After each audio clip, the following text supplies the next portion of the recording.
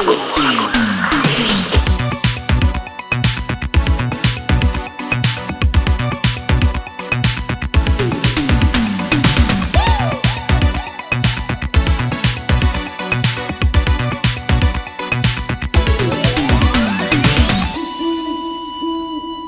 is going on, my friends? We are back with a very special edition of Twin City Trivia, the podcast, episode number 26.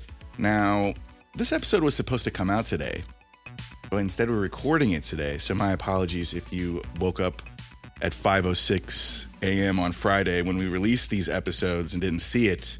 But that is because we are currently in the city of Chicago, and by we, I am referring to my younger brothers. Yes. Hi. That is Austin, Andrew. Hello. And Alex. Hello. Yes, we are all A names in my family. We are in the city of Chicago. We just saw Rush last night, and we're going to a Cubs game today, but we're sitting in a hotel room. We figured we would do a little bit of trivia, have some fun. The fun, as always, begins with announcing the top teams from last week. Sunday, our top team was Peen Trivia Name at Shake It Up Cocktail Lounge in Bloomington. On Monday, A Spirited Bunch were our top scoring team at Westside, BloNo in Bloomington again. On Tuesday, my least favorite team name I have ever heard, Baby Thigh Gap, were our number one team at Barrel House in Bloomington. They should be banned. Yes, I agree.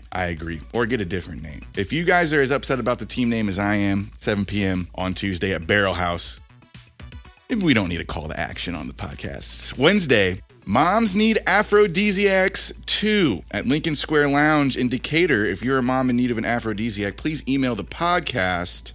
We'll get you set up with somebody.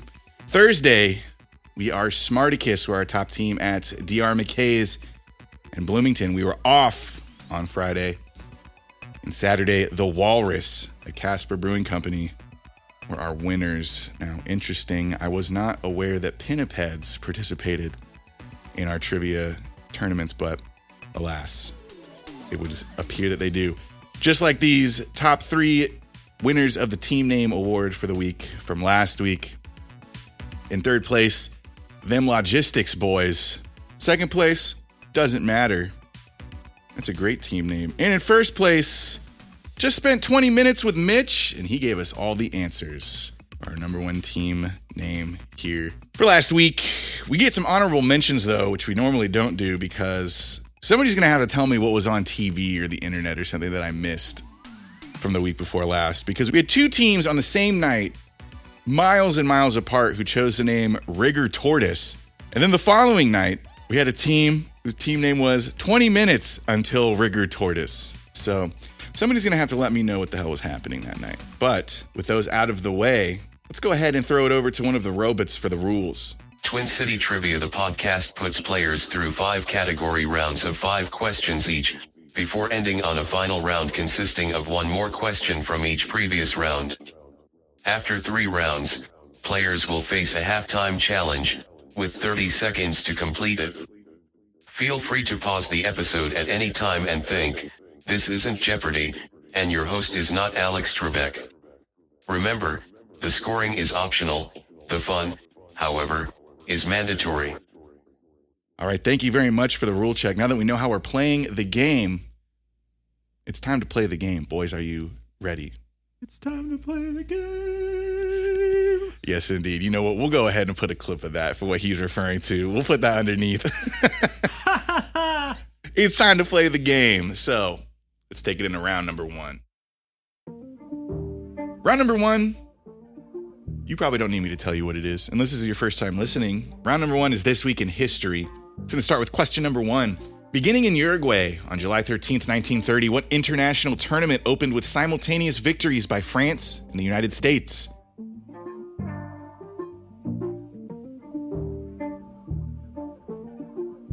Number 2, looting during what infamous 1977 East Coast utility interruption has been mythically credited with spreading hip-hop by putting stolen DJ equipment into more hands?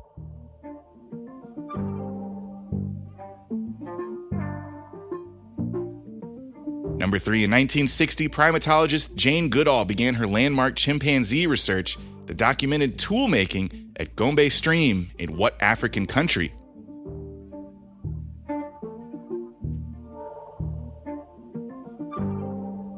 Number 4, discovered by French soldiers in Egypt on July 15th, 1799. What artifact became instrumental in deciphering ancient Egyptian hieroglyphics?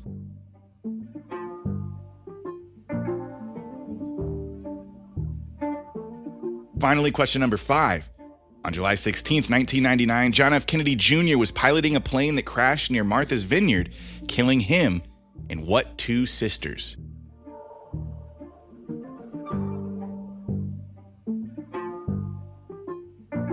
That is the round. Let's go ahead and give the boys a chance to answer. They all look very confident. Question number 1 again, beginning in Uruguay on July 13th, 1930. What international tournament opened with simultaneous victories by France and the United States?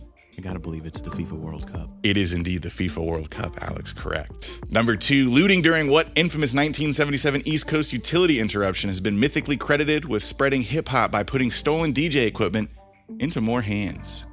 Was it New York? It was in New York. Wait, is the question about the utility company? Or It's about the city? utility interruption. Oh, yeah, it was a blackout. Yeah. Citywide blackout. The New York City blackout. They're working it out amongst themselves. Number 3. In 1960, primatologist Jane Goodall began her landmark chimpanzee research that documented tool making at Gombe Stream in what African country? The Congo. That is not correct. The Congo is not correct. It's gotta be Zimbabwe. No, but what I was just about to say is it does have a Z in it, but it does not begin with a Z. Tanzania. Tanzania is home to Gombe Stream National Park, which was opened 8 years after she began her research. She must have been like, bro, these monkeys are crazy. Start selling tickets. Number 4, discovered by French soldiers in Egypt on July 15th, 1799. What artifacts became instrumental in deciphering ancient Egyptian hieroglyphics? It's the Duolingo owl. He's actually older than that. Rosetta Stone. Yes, indeed. Sorry, deep Tool fan here, I guess. Okay, yeah. I know like 5 Tool songs by name. The song Rosetta Stone exists. Tool's one of my favorite bands because no other band has a name that describes its fans. That's true.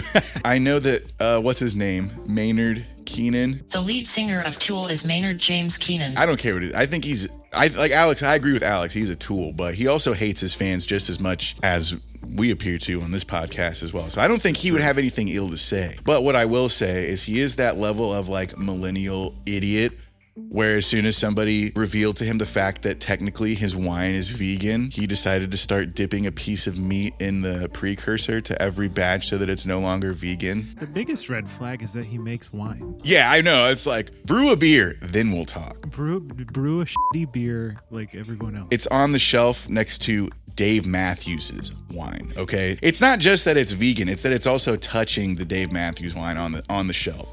I've got 34 days of disk space available to record, so we can go for a while. But let's get to question number 5 first. On July 16th, 1999, JFK Jr. was piloting a plane that crashed near Martha's Vineyard, killing him and what 2 sisters? Now, these are not his sisters. Are they famous? For this reason. Oh. I have no idea. I didn't even know he died in a plane crash. I thought it was a skiing accident. Oh, I feel like the Kennedys, thank you for everything you've done. They're kind of like hamsters. There's no normal cause of death. What? Tell me again what year? This was 1999. 1999. And it's sisters that we only know for this reason. Okay, so yes, like I implied, one of them was married to JFK Jr. I think she might have been maybe like a media heiress or something. Oh, it was Julia Louis-Dreyfus in that episode of Seinfeld where she goes to the same gym as him. I got nothing. All right, I'm going to drop it. This is going to be our first answer drop from the host. That was Lauren and Carolyn Bissett. I was like, I'm going to know it immediately. And then you said it, and I was like, I've never heard that word before in my life. I don't know these women. No, I'm sure this is one that Abby's at home. Hank Schrader meme. It's Carolyn Bissett. It's Carolyn Bissett. No. She's very upset when I had a different guest, when I had John on a few weeks ago, and she knew all of the This Week in History questions. And then I had her on the following week, and she I think knew 3 questions throughout the whole podcast. So shout out to my sister-in-law, though. Yeah, facts. All right, that's going to do it for round number 1. We are going to move into round number 2. Round number 2 is called more like Tat 2. Or no, well, I got to say it like this. Round number 2, more like Tat 2. Yeah, that's better. That's because it's National Tattoo Day. So we're going to ask around questions about tattooed individuals. Number 1, after beginning a years-long removal process, what comedian revealed in 2025 that he'd spent more than $200,000 erasing roughly 30% of his body art?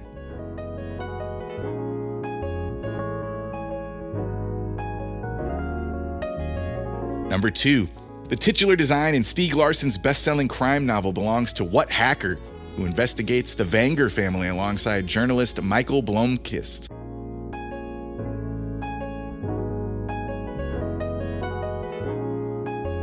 Number 3, known for the rousing haka, which indigenous people of New Zealand have long practiced the art of tamoko, or tattooing intricate designs on the face and body?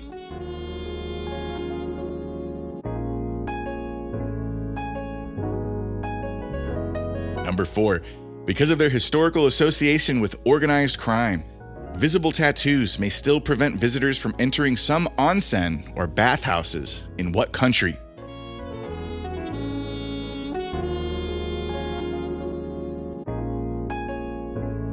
Finally, number 5, when asked to display a tattooed symbol in 2006's X-Men: The Last Stand, what character instead reveals an Auschwitz number on his forearm and assures he would never be marked again?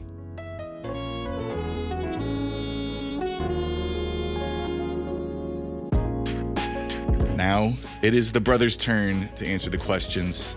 Back to number 1. After beginning a years-long removal process, what comedian revealed in 2025 that he spent more than $200,000 erasing roughly 30% of his body art?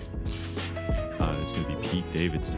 Yes. Not to be confused with Dave Peterson. A pair of eyes on that guy, huh? Yeah.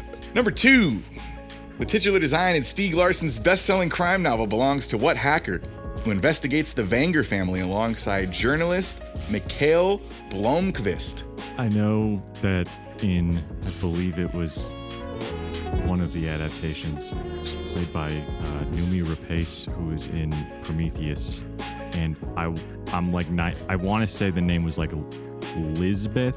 It is Lisbeth Salander. I couldn't tell you like some people's birthdays in my life, but somehow a movie I haven't seen got that one. Damn, that was from the top rope. Hell yeah. Yes, I think she played in the Scandinavian one because Rooney Mara, who is I think she and Kate Mara are daughters to like an NFL owner. I don't know. I think the New York Giants owner is their dad. Kate Mara's dad is Timothy Christopher, quote, Chris Mara. I don't know why they needed to tell me that. He serves as Senior Vice President of Player Personnel for the NFL's New York Giants. So not the owner, but he's up there. All right, number 3. Known for the rousing haka, which indigenous people of New Zealand have long practiced the art of tamoko, or tattooing intricate designs on the face and body? That would be Dwayne The Rock Johnson, the Maori. Okay, that's correct. Yeah, that's correct. Number 4, because of their historical association with organized crime, visible tattoos may still prevent visitors from entering some onsen or bathhouses in what country? That would be the Yakuza in Japan. In Japan. I was so afraid you were going to do an accent. We only allow accents if they're really good. It's all about the artistic integrity here. Finally, number 5. When asked to display a tattooed symbol in 2006's X-Men: The Last Stand, what character instead reveals an Auschwitz number on his forearm and assures he would never be marked again? That would be Magneto. That would indeed. That is the coolest shit of all time, though. That scene goes so hard. Are you thinking of the Michael Fassbender scene, or are you thinking of the Ian McKellen? I assure you. I could do that accent, right? Yeah. Even though he's... Well, you're doing Ian McKellen, so I think the 2 degrees of separation is cool. I think we could take it in round number 3, however, because there's more controversial stuff to talk about in round number 3. We'll see you there. Round number 3 is called I'll Take That Action. That's because we're celebrating National Lottery Day. So here's a round about gambling in general. I'm going to start off with question number 1. Matt Damon and Ed Norton play high-stakes poker players Mike McDermott and Worm in what 1998 film also featuring John Malkovich as Eddie KGB?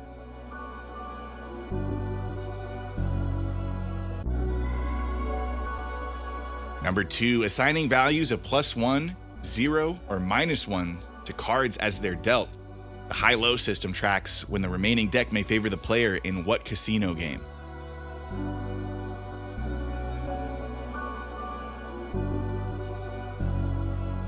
Number 3, Kalshi and Polymarket are super relevant examples of what type of marketplace in which bets are placed and contracts pay according to the outcomes of future events.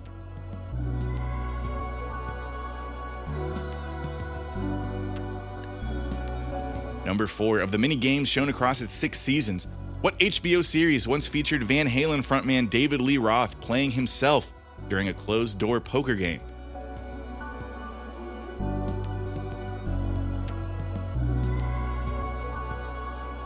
Finally, number 5, in an iconic episode of a beloved 90s sitcom, when his nephew loses his money gambling on pool, what character summons his pool cue Lucille to win it back?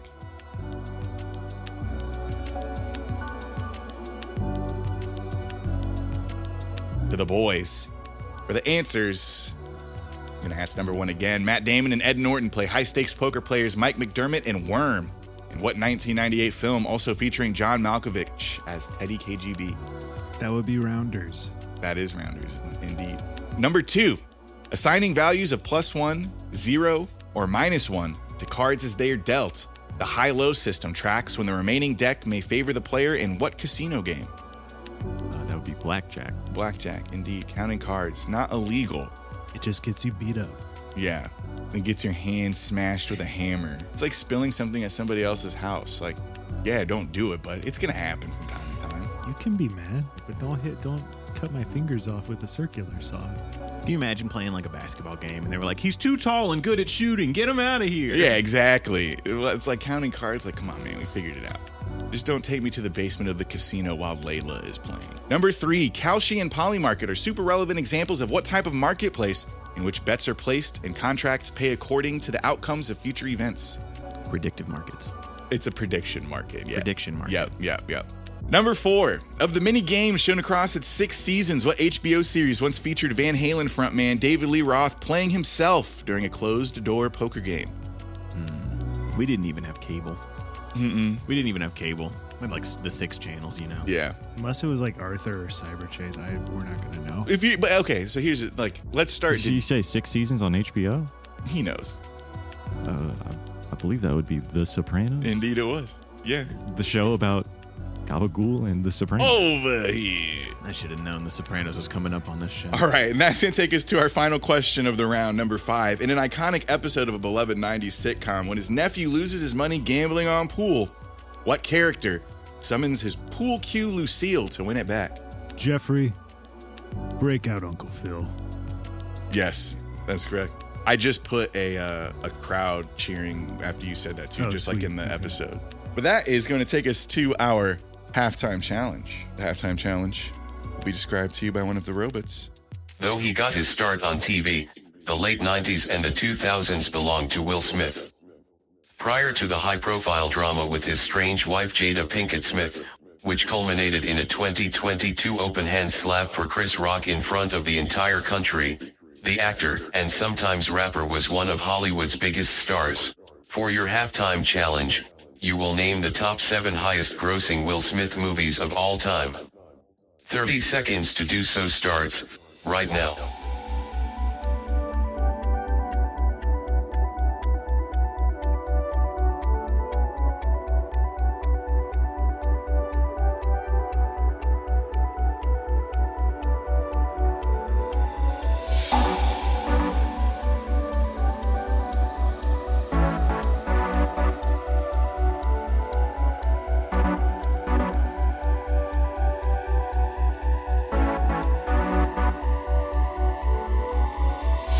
And time is up for your halftime challenge. You were guessing the top 7 highest grossing Will Smith films in his career.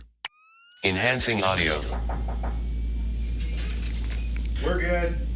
Housekeeping is here, and she wants in on the challenge. I talked already with guy. He was here. I say afternoon I'm gonna come and check if you need something. We're good now. You don't need nothing now? Nope. For today, nothing? We're good. Thank you very much. Thank you. Have a good Enjoy one. your day. You too. Very incredulous at the fact that we didn't need anything. But for our halftime challenge, we are guessing the top grossing Will Smith films in his career. Now, it usually is easiest to try and guess the biggest one. And I'm going to go ahead and tell you, it's not going to be the one you're thinking, I guarantee you. Unless it's the one that you're pointing at me about. Alex, what is number one? King Richard? I'm just kidding. I think it's Independence Day. That's the one I was mentioning at first. It's not that one. Is Independence Day on the list, though, of 7? It is. Okay. Does it say Men in Black somewhere in there? The third one is also on the list. Number 1 and number 3 are on the list. I will tell you where they're at. Those have been guessed, but I want to see if we can get every single movie named before I tell you where they're at. This one, if I told you number 1, you'd be like, oh, yeah, I guess that makes sense. Is Hitch on there? No. I don't know why I was so sure it was going to be. The Pursuit of Happiness. Not on the list. All of the movies on this list have made $500 million at least. What? Yeah, so keep that in mind. These numbers are not adjusted for inflation. It's not like an Avengers movie, obviously, but like... No, not an Avengers movie. Suicide Squad? Yes, Suicide Squad comes in at number 3, 2016, $746.8 million box office gross.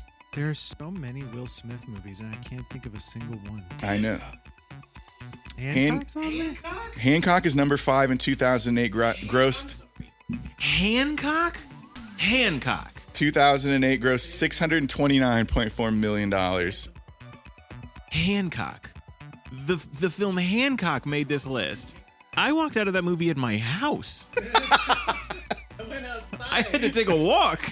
So we have named Men in Black 3 and Men in Black. We've named Hancock. We've named Independence Day. We've named Suicide Squad. So there's only 2 movies that you have not named yet. And they are the first place and the last place.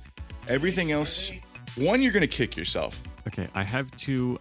The one that I'm going to guess to get this one out of the way, is it Gemini Man? That one where he plays an old and young version of himself, and it was filmed in like 200 frames per second or whatever for no reason? No. iRobot. There are so few Will Smith movies remaining. After Earth, it's got to be a...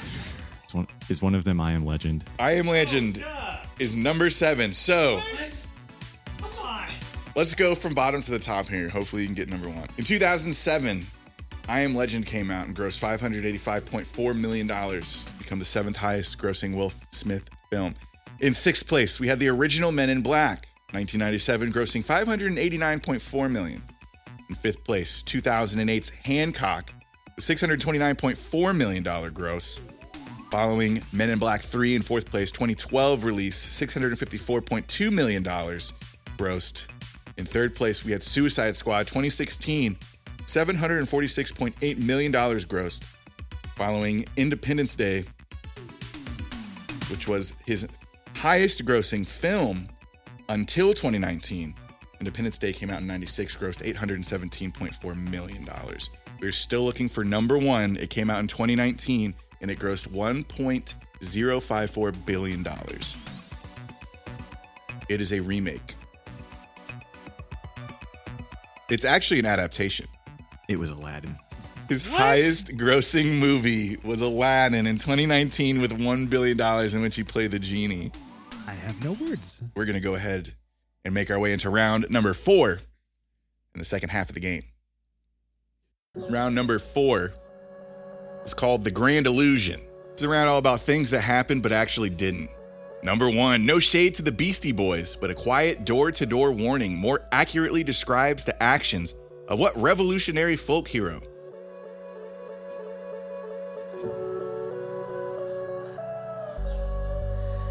Number 2, referring to the Enterprise's chief engineer, what famous command was never actually spoken verbatim by Captain Kirk in the original Star Trek series?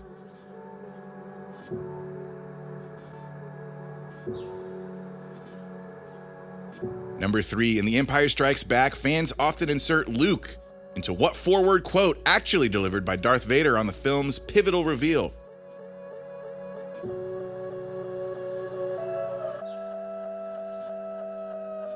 Number 4, although Juan Sebastian Elcano completed the first circumnavigation after its leader died in the Philippines, what explorer commonly receives sole credit for the voyage?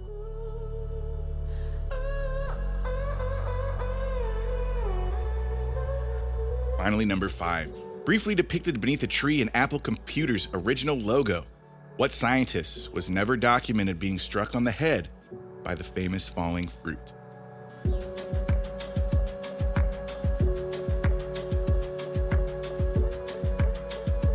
Now, this is a good, clean round of trivia. And we're going back to check it out for the answers. The number one, no shade to the Beastie Boys, but a quiet door-to-door warning more accurately describes the actions of what revolutionary folk hero?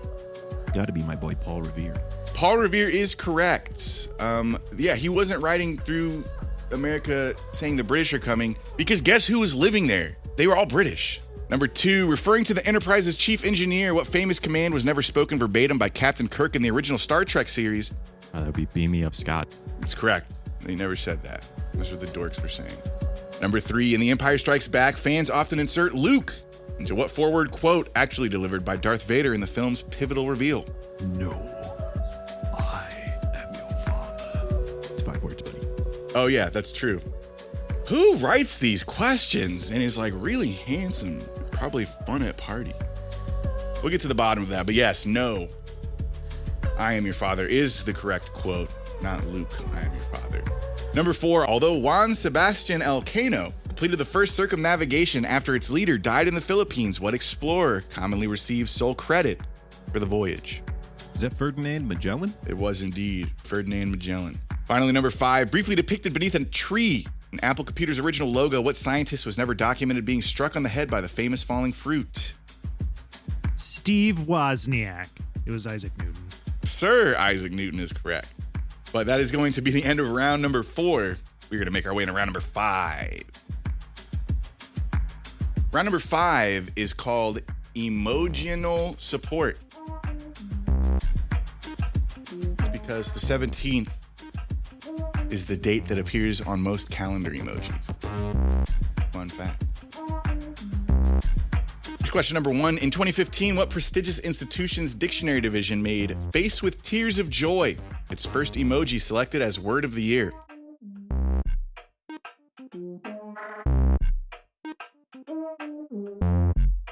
Number 2. What Shakespearean actor and Star Trek captain provided the distinguished voice of the Poop character in 2017's The Emoji Movie?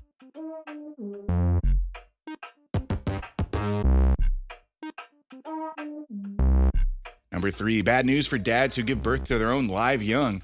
What marine animals have never had an official emoji despite many people remembering one?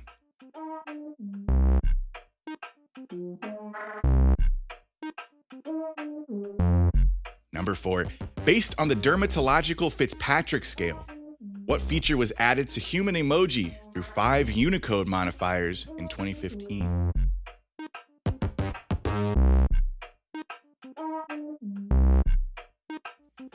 Finally, number 5, while Americans call it the eggplant emoji, the often suggestively used emoji is officially known by what French name?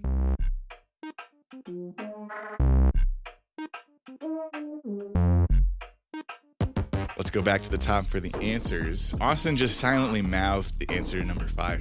I think he's excited to tell us what that is. I'm so psyched. But let's go up to number 1. In 2015, what prestigious institution's dictionary division made Face with Tears of Joy its first emoji selected as Word of the Year? Oxford. The Oxford Dictionary, yes. Number 2, what Shakespearean actor and Star Trek captain provided the distinguished voice of the Poop character in 2017's The Emoji Movie? Sir Patrick Stewart. Sir Patrick Stewart is correct. Number 3, bad news for dads who give birth to their own live young. What marine animals have never had an official emoji, despite many people remembering one? Seahorse, seahell. Seahorse is forever. Forever. Abby's gonna be mad that she wasn't on the pod for that one. She loves that video. Now, Alex is actually, he's the only dad in the group. What was it like giving birth to your own live young? It was crazy. About 30 or 40 of them just started spurting out. Yeah, it's quite the uncle role, but you know what? I wouldn't trade it for anything. Christmas, really expensive though. Number Just get 4. each of them a selfie stick. Do you remember when our uncle got each of us our own selfie stick before we had smartphones, and Andrew was like mine? Yeah, that was awesome. Number 4, based on the dermatological Fitzpatrick scale, what feature was added to human emoji through 5 Unicode modifiers? 2015. Customizable skin tone. Yeah, customizable skin tone. Finally, number 5, while Americans call it the eggplant emoji, the often suggestively used emoji is officially known by what French name? Aubergine. Aubergine, yes, correct. In fact, America's the only country where they call it the eggplant because all the other countries are sophisticated enough to know what an eggplant is going to look like, whereas Americans saw it and they were like, it looks like an egg. That's an eggplant. Plus, other countries speak different languages. That's correct also. Yeah, but also the rest of the world has never won the Super Bowl, so. That's true. He's right. That's going to do it for round number 5, the final regular round. We're going to go into the final round. There's going to be one more question from each previous round. Please sit tight. The final round consists of one more question from each previous round. Those questions sound like this. Starting with number 1 from round 1's This Week in History, Mary Jo Kopechne died in July 1969 after Senator Ted Kennedy drove his car off a bridge on what Massachusetts island?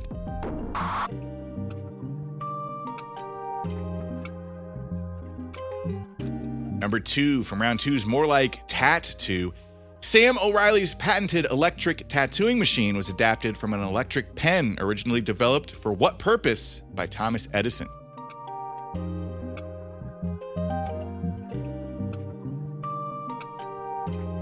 Number 3 from round 3's I'll Take That Action. A pair of 8s and what other pair comprised the legendary Dead Man's Hand, supposedly held by Wild Bill Hickok when he was killed by a drifter in Deadwood?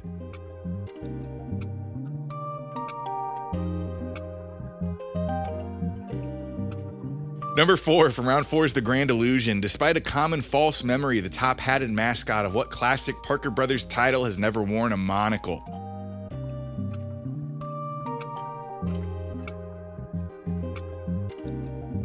Finally, number 5, maintained by a nonprofit consortium, what computing standard governs the characters and emoji used across modern devices?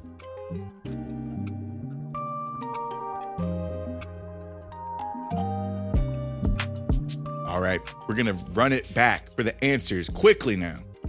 Starting with number 1, Mary Jo Kopechne died in July 1969 after Senator Ted Kennedy drove his car off a bridge on what Massachusetts island? That's the Chappaquiddick. Chappaquiddick Island is correct.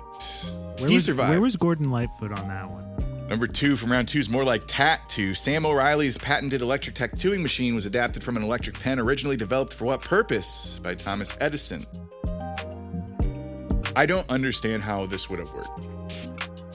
I don't know why this was the purpose. Electrocuting an elephant to make Nikola Tesla look like a schmuck? Almost, but no. I was going to say like copying, like document copying, essentially. Duplicating documents. I don't understand how that would work. Where the hell did that come from? Nice job.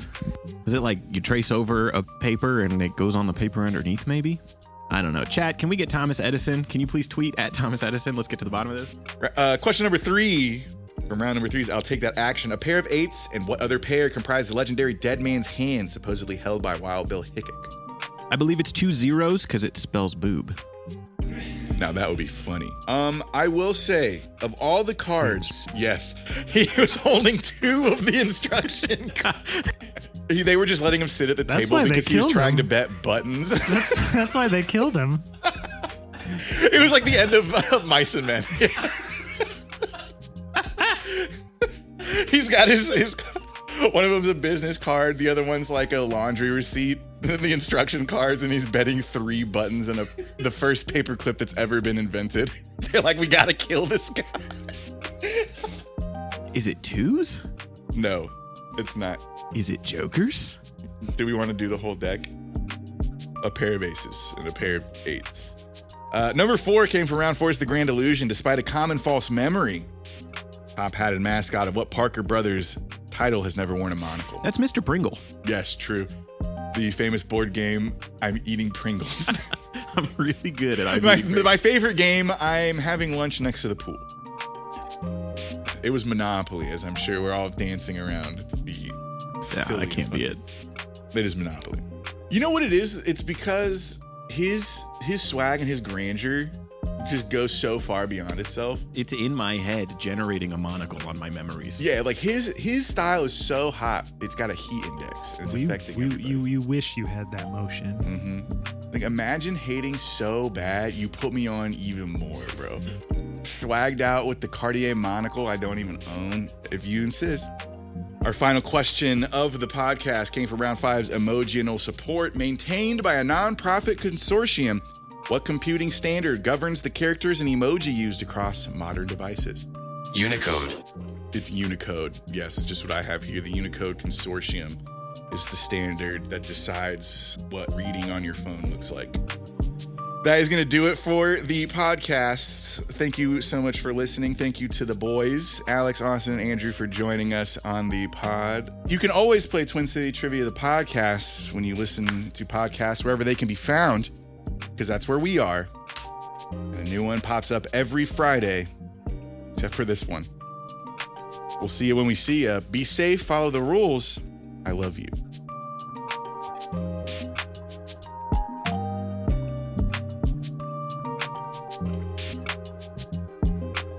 Twin City Trivia is we produced by Mid-O-Topic Media. Our questions are we the intellectual property of Twin City Trivia. Likewise, any music belongs to Mid-O-Topic Media and genuinely cannot be used without prior consent. I'm just a widow baby. You wouldn't steal from widow baby Wilbot, would you? Membo everybody, yo when baby Wilbot says, always follow the rules.